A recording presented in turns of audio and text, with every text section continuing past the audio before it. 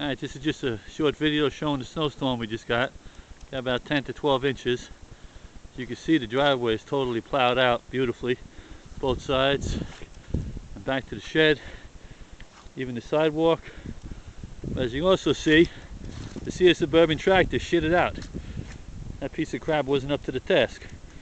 And the snowblower wasn't up to the task either.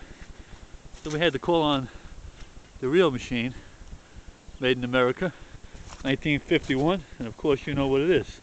It's the David Bradley. So I'm going to pass the camera to Roe here. I'm going to show you real quick how good that plow angling mechanism works. Step back, babe. Get the whole thing. Plow angling, pushing down, sliding the plow angling.